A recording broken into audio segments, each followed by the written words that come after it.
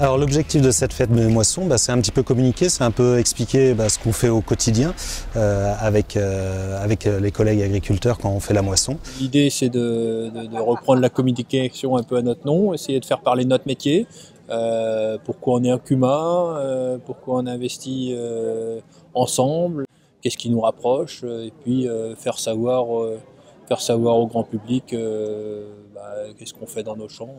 On est 10 agriculteurs à faire la moisson ensemble dans la CUMA. Après dans la CUMA on est un petit peu plus. Mais c'est le groupe moisson qui a décidé, quand il y a eu la proposition de la fête des moissons, on s'est dit ouais, c'est intéressant à faire, nous en CUMA, à plusieurs. Je pense qu'il y a 70 à 80 personnes, grosso modo, je pense.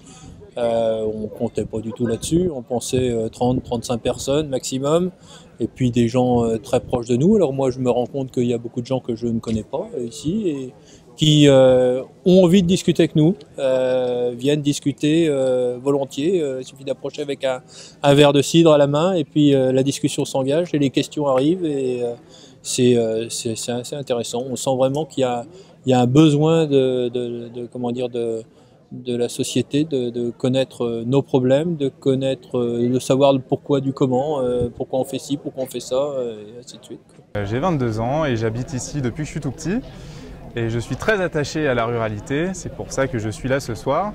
Mais il est vrai que je ne connais pas nécessairement l'environnement et les agriculteurs en général. La preuve, c'est que cette bête-là, je ne suis jamais monté dedans. Donc c'est aussi pour ça que je suis là aujourd'hui, pour que les agriculteurs locaux me racontent et me content plutôt ce qu'ils font. Voilà, on montre la moisse-batte, bien évidemment. On va montrer aussi la récolteuse à oignons, parce qu'on vient juste de récolter les oignons. Alors c'est pas une moissonneuse-batteuse, mais c'est une moissonneuse quand même, puisqu'on a coupé les oignons.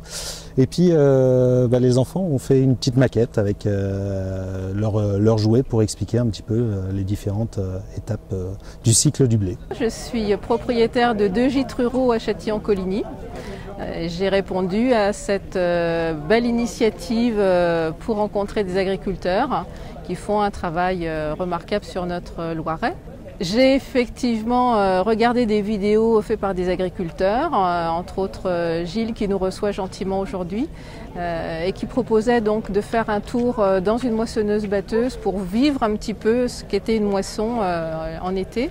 Et j'ai eu la chance de pouvoir faire un beau tour en moissonneuse-batteuse et comprendre les difficultés, un champ de blé magnifique, oui, c'est pas toujours le rendement qu'on attend, et c'était très intéressant. Et le mieux, c'est toujours d'entendre des personnes qui connaissent ce qu'elles font. Donc je pense que c'est une très bonne idée et que ça devrait se développer davantage, surtout en milieu rural.